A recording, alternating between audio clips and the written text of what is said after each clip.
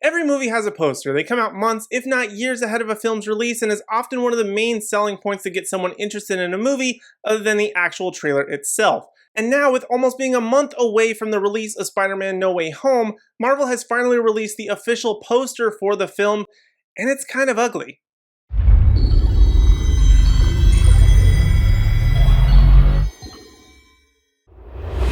Hey Nerdgetic Nation, it's your resident superhero nerd Aaron Waller, and today I want to talk about the very first poster for Spider-Man No Way Home that we've all been anticipating. We got the trailer, then we were just waiting on the poster, and I think it's kind of ugly. Now, Marvel is known for releasing various trailers, as most movies do, and the Marvel formula is usually a character-based poster for their initial first look.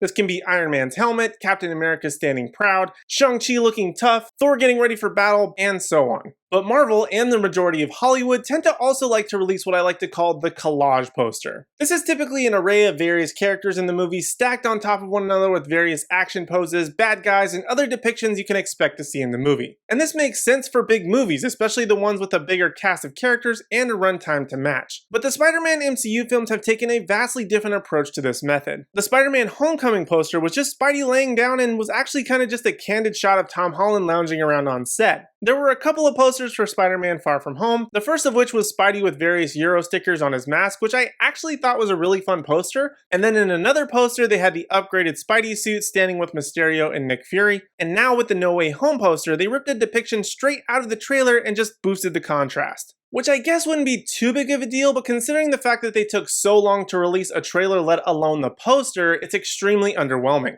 But where the poster is the most interesting and also the most disappointing is with the array of what's around Spider-Man. First we have Doc Ock's claws, which we obviously have known for some time that Alfred Molina is returning from his Spider-Man 2 performance. He's even in the trailer. I mean, that was pretty obvious. But even more interestingly, there's a Green Goblin in the background, which is also the same one from Sam Raimi's trilogy. And it's been pretty speculated and somewhat known that Willem Dafoe would likely return as the Green Goblin, as we did get to see a pumpkin bomb roll into frame during the trailer, but there's also been speculation online for a while, so it's not that big of a surprise. And there's also a couple of nods to other villains that might be a little bit more minor, like the lightning coming from the sky representing Electro, and what appears to be sand or dirt coming up and like bending, which we can only assume is Sandman, who too was speculated for some time. Now that's a total of 4 villains, which only confirms that we're likely heading to the direction of a Sinister Six. Assuming that we include the previous 2 Spider-Man movie villains, Mysterio and Vulture, only the latter being confirmed as still being alive at this point, which could round out the 6 of the Sinister Six. But my biggest gripe about this poster, other than it's still not confirming the other Spider-Man returning,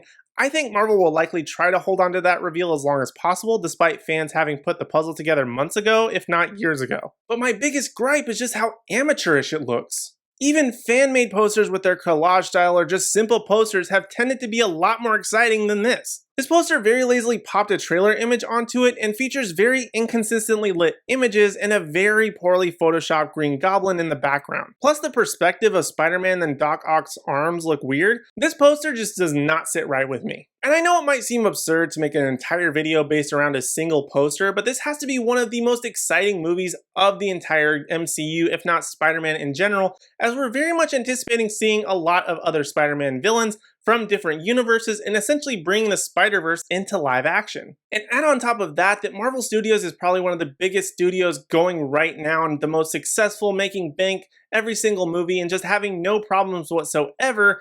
This one just seems very lazy and cheap. Like I would have expected them to put a little bit more effort, but at the same time, there hasn't been a lot of effort put into the Spider-Man posters really at all. So I guess I shouldn't be that surprised, but the fact that the fan posters are better is a little bit concerning. To be honest with you, I'm just really disappointed in it. I expected a lot better, especially for something that comes out after the trailer. If it came out before the trailer and then they released a poster with the trailer in general, I feel like, okay, that would be fine. At least we can kind of roll along with it. Usually the first posters aren't that great anyway. They're just sort of like teasing up the movie. It's a teaser poster rather than the actual official one.